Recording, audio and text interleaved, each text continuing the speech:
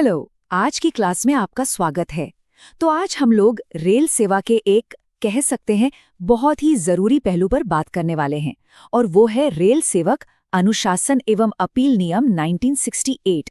देखिए, ये नियम सिर्फ कोई कानूनी दस्तावेज नहीं है। असल में ये इस बात को पक्का करते हैं कि हर रेल कर्मचारी के साथ एकदम निष्पक्ष व्यवहार हो। पूरी की पूरी जो अनुशासनात्मक कार्यवाही की प्रक्रिया है वो इन्हीं नियमों से चलती है। इसीलिए हर रेल कर्मचारी के लिए इन्हें समझना वाकई बहुत जरूरी है। तो चलिए शुरू करते हैं और इस विषय को अच्छे से समझते हैं। आज की हमारी पूरी चर्चा इन 5 हिस्सों में होगी। सबसे पहले नियमों का एक ओवरव्यू लेंगे, फिर हम छोटी और बड़ी शास्तियों के बीच का फर्क समझेंगे। इसके बाद हम ये भी देखेंगे कि इन शास्तियों को लागू करने की असल प्रक्रिया क्या है, और सबसे आखिर में अंतिम आदेश और अपील प्रोसेस पर भी एक नज़र डालेंगे। इस तरह से इस पूरे कॉम्प्लेक्स टॉपिक को समझना हमारे लिए काफ़ी आसान हो जाएगा। तो ठीक है, शुरू करते हैं पहले खंड से।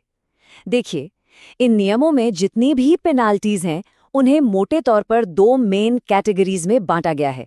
एक है छोटी शास्तियां और दूसरी है बड़ी शास्तियां। और ये सिर्फ नाम का क्लासिफिकेशन नहीं है। इन दोनों के बीच का अंतर बहुत बड़ा है, क्योंकि इसी से तय होता है कि किसी कर्मचारी के खिलाफ किस तरह की कार्यवाही की जाएगी। इसे समझना ही पूरे डिसिप्लिनरी एक्शन को समझने की पहली सीढ़ी है। जैसा कि यहाँ साफ साफ दिख रहा है, दोनों तरह की शास्तियों में प्रोसेस का एक बड़ा अंतर है।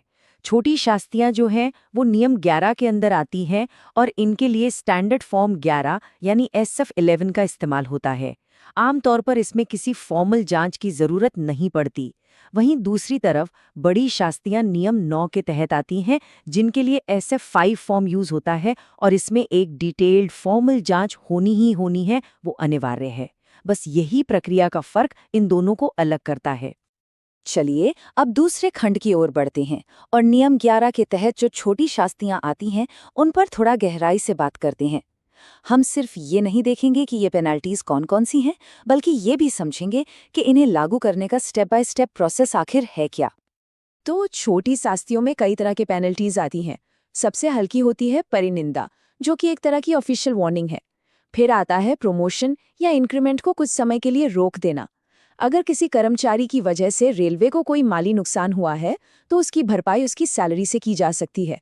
इसके अलावा जो सुविधा पास या PTO मिलते हैं उन पर भी रोक लगाई जा सकती है। अच्छा, तो ये प्रक्रिया काम कैसे करती है? जैसा कि हम देख सकते हैं, सब कुछ एक क्रम में होता है। सबसे पहले कर्मचारी को SF11, जिसे चार्ज मेमो भी कहते हैं, जारी किया जाता है। इसके बाद कर्मचारी को अपना लिखित जवाब देने के लिए 10 दिन का टाइम मिलता है। अगर डिसिप्लिनरी अथॉरिटी को जवाब सही लगता है तो मामला वही खत्म भी हो सकता है, पर अगर नहीं तो एक सकारण आदेश यानी स्पीकिंग ऑर्डर जारी किया जाता है, जिसमें फैसले का कारण बताया जाता है। और आखिर में शास्ति अधिरोपण की सूचना यानी NIP दी जाती है। और हाँ, यहाँ एक बहुत ही ज़रूरी बात याद रखने वाली है। NIP मिलने के बाद अपील करने के लिए 45 दिनों का वक्त मिलता है। ये टाइम लिमिट बहुत सख्त है, इसलिए इसका ध्यान रखना बेहद ज़रूरी है। ये कर्मचारी के अधिकारों का एक बहुत अहम हिस्सा है। अब आते हैं अनुशासनात्मक कार्यवाही के सबसे गंभीर हिस्से पर, यानी बड़ी शास्तियां। जैसा कि नाम से जाहिर है, ये वो पेनल्टीज हैं जिनका किसी कर्मचारी के करियर पर बहुत गहरा और कभी-कभी तो परमानेंट असर पड़ता है। आइए देखते हैं कि इनमें क्या-क्या शामिल है। बड़ी शास्तियों का दायरा काफी बड़ा है। इसमें पे स्केल में परमानेंट कमी से लेकर निचले ग्रेड या पोस्ट पर डिमोशन तक शामिल है। लेकिन जो सबसे गंभीर पेनल्टीज हैं वो हैं जो सीधे सीधे नौकरी ही खत्म कर देती हैं, जैसे कि कंपल्सरी रिटायरमेंट, सर्विस से हटाना और सर्विस से बर्खास्त करना। अब ये जो 3 पेनल्टीज हैं जो नौकरी खत्म कर देती हैं, इनके बीच का फर्क समझना बहुत जरूरी है। अनिवार्य सेवानिवृत्ति में कर्मचारी को पेंशन वगैरह के फायदे मिल जाते हैं। सेवा से हटाने में कर्मचारी भविष्य में कोई दूसरी सरकारी नौकरी के लिए अप्लाई कर सकता है, मतलब वो अयोग्य नहीं होता। लेकिन बर्खास्तगी सबसे कठोर सजा है, क्योंकि इसके बाद वो व्यक्ति भविष्य में किसी भी सरकारी नौकरी के लिए अयोग्य हो जाता है। ये एक बहुत बड़ा लीगल फर्क है। हालांकि यहाँ एक खास प्रावधान है। पेंशन नियम 1993 का जो नियम 65 है, उसके तहत सर्विस से हटाने या बर्खास्त करने जैसे गंभीर मामलों में भी जो सक्षम अधिकारी है वो अनुकंपा भत्ता यानी कंपैशनेट अलाउंस दे सकता है। ये एक तरह का मानवीय आधार पर दिया जाने वाला सपोर्ट है जो बहुत मुश्किल हालात में दिया जा सकता है। चलिए अब चौथे खंड पर आते हैं, जहां हम नियम 9 के तहत बड़ी शास्ति लगाने की पूरी डिटेल्ड प्रक्रिया को समझेंगे। जैसा कि हमने पहले भी बात की, ये एक बहुत ही स्ट्रक्चर्ड और फॉर्मल प्रोसेस है, जिसे इसलिए बनाया गया है ताकि नेचुरल जस्टिस के सिद्धांतों का पालन हो सके। इस प्रक्रिया का सबसे पहला और सबसे जरूरी कदम है SF5 यानी चार्जशीट जारी करना। ये समझना होगा कि ये सिर्फ एक फॉर्म नहीं है, इसके साथ 4 एनेक्स्चर यानी अनुलग्नक लगे होने जरूरी हैं। पहला, जिसमें आरोपों का सार हो, दूसरा, जिसमें मिसकंडक्ट का पूरा ब्यौरा हो, तीसरा, उन सभी डॉक्यूमेंट्स की लिस्ट जिन पर आरोप टिके हैं, और चौथा, गवाहों की लिस्ट। अगर ये चारों नहीं हैं तो चार्जशीट अधूरी मानी जाती है। तो जैसा कि इस प्रोसेस फ्लो में दिख रहा है, चार्जशीट के बाद कई स्टेप्स होते हैं। कर्मचारी को जवाब देने के लिए 10 दिन मिलते हैं। अगर जवाब से बात नहीं बनती तो SF7 फॉर्म के जरिए एक इंक्वायरी ऑफिसर नियुक्त किया जाता है। ये ऑफिसर एक फॉर्मल जांच करता है जिसमें गवाहों और सबूतों को परखा जाता है।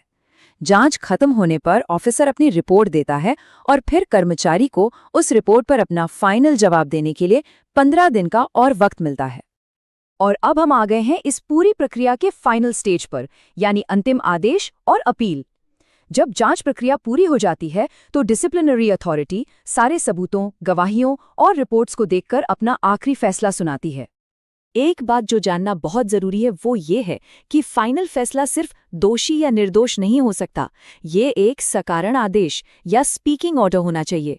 इसका मतलब है कि आदेश में ये साफ साफ लिखा होना चाहिए कि फैसले के पीछे की वजह क्या है, किस आधार पर यह निर्णय लिया गया है, चाहे कर्मचारी को सजा दी गई हो या बरी किया गया हो।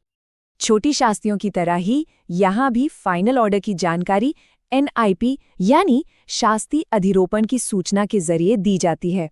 इस डॉक्यूमेंट में न सिर्फ ये लिखा होता है कि क्या सजा दी गई है, बल्कि ये भी साफ तौर पर बताया जाता है कि इस फैसले के खिलाफ किस अथॉरिटी के पास अपील की जा सकती है। अपीलीय प्राधिकारी यानी अपीलेट अथॉरिटी का रोल यहाँ बहुत ही महत्वपूर्ण हो जाता है। उनके पास काफी अधिकार होते हैं।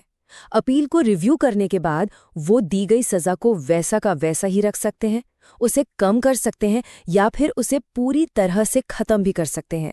कुछ खास मामलों में वे सजा को बढ़ा भी सकते हैं, लेकिन ऐसा करने के लिए उन्हें भी एक तय प्रक्रिया का पालन करना होता है।